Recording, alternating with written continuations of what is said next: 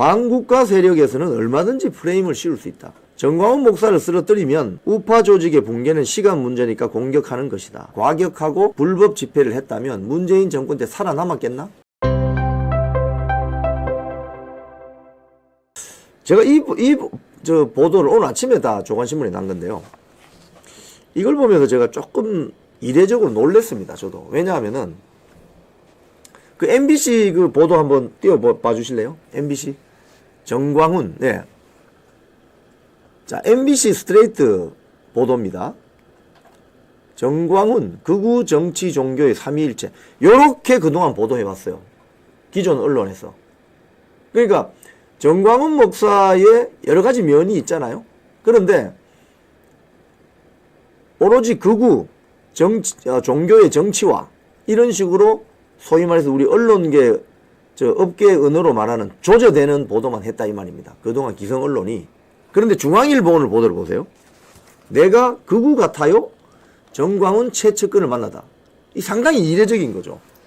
저도 아침에 이 조간신문을 쭉 보면서 야, 중앙일보가 왜 이러나? 중앙일보가 이제 태세 전환을 하나?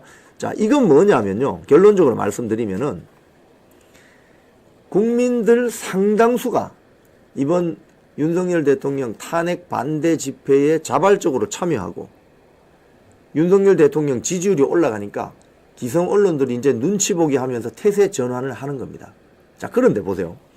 광화문 집회든 한남동 집회든 저도 뭐 새벽에 뭐 아침에 다 가봤습니다만은 그 추운 겨울에 엄동설안에 눈 맞으면서 비 맞으면서 뒤집어 쓰고 앉아서 그 자리를 지키는 사람들이 과연 알바였겠습니까? 그렇지 않습니다. 철저하게 자발적으로 나온 애국 국민들이거든요. 그분들 뭐 돈 받고 하는 거 아닙니다. 저 나와서 앉아있는 분들 돈 받고 하는 거 아니에요. 자기가 좋아서 나온 거예요. 자기가 좋아서. 예? 아, 이거 이러다가 나라 망하겠다. 이래서는 안 되겠다. 저기 피켓도 보세요. 우리법 연구의 종북 사조직이다. 그죠? 뭐 이재명과 술친구 문영배는 사퇴하라. 척결하자 반국가 세력 등등. 뭐 북침 통일 유엔군을 뭐 침략자로 부르는 문영배는 북한으로 가라. 뭐 이런 거. 이게 그냥 뭐 알바 서서 이루어지는 게 아니라 이 말입니다. 자발적으로 나온 사람들입니다. 저기 보면 2030 청년들도 많이 앉아있죠.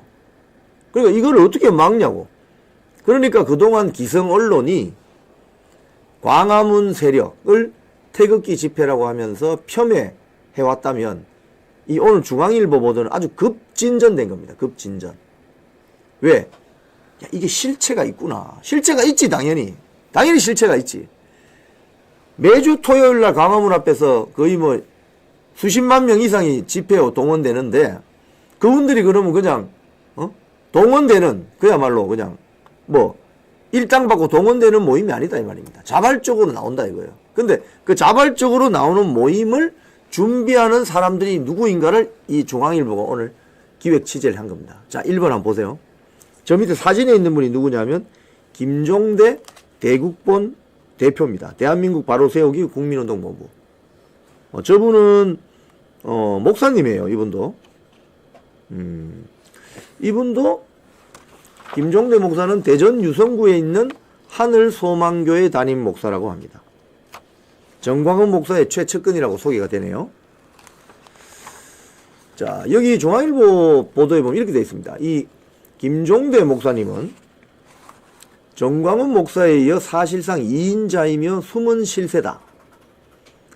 대국본과 자유마을의 목소리를 대변하고 운동의 방향성을 정한다.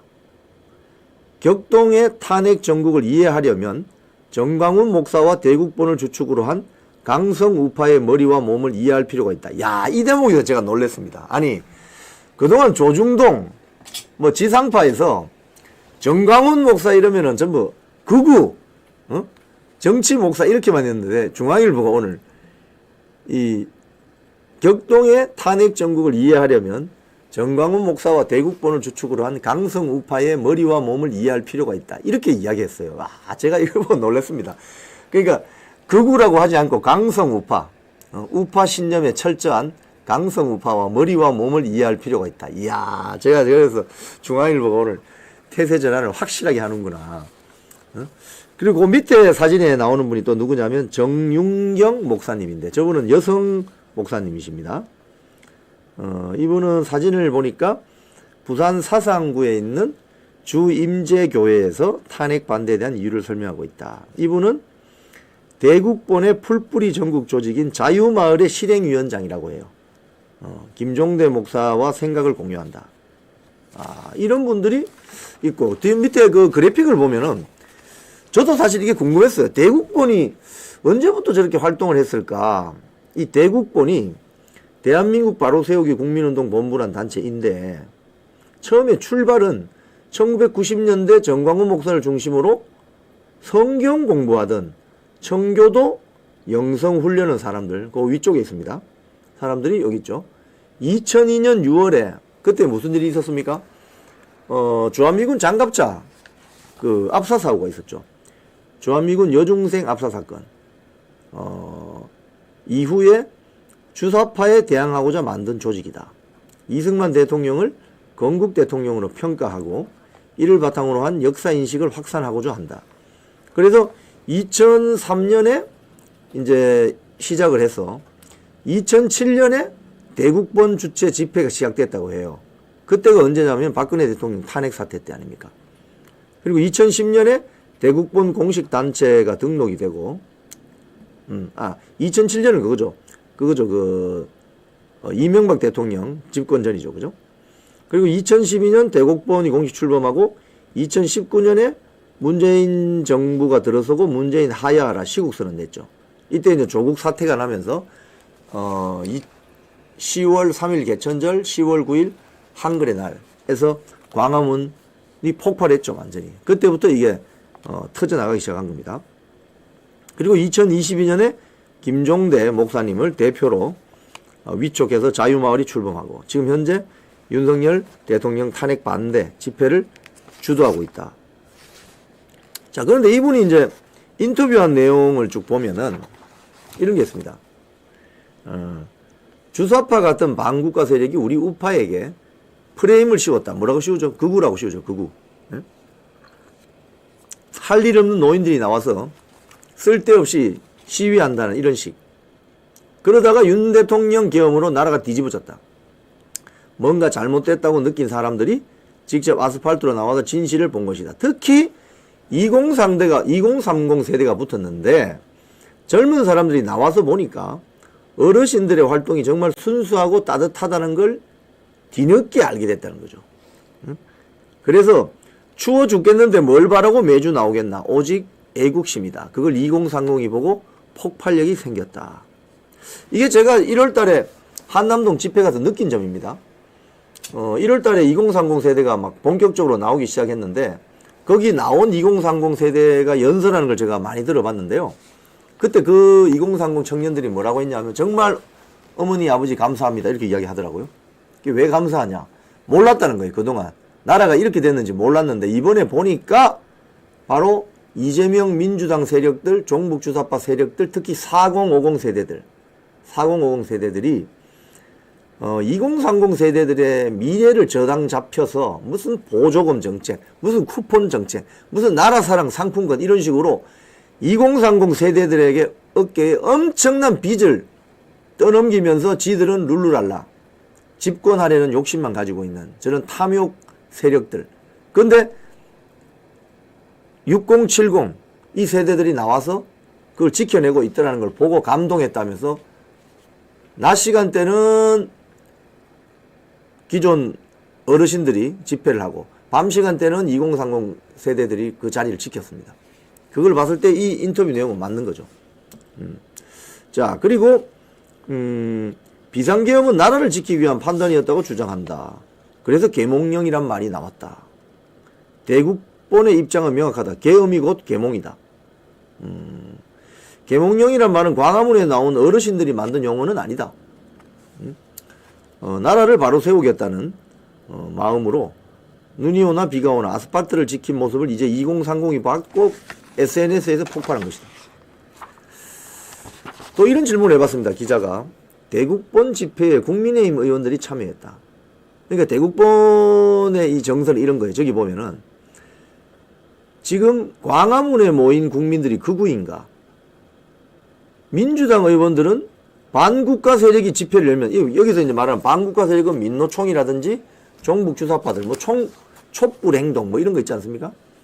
뭐 민중행동, 이런 반국가 세력이 집회를 열면 민주당 의원들은 전부 가서 사진 찍고 SNS 올리고 하는데, 국민의힘 국회의원들은 그동안 대국본이나 광화문 집회 세력에 대해서 극우라고 하면서 거리두기를 했다.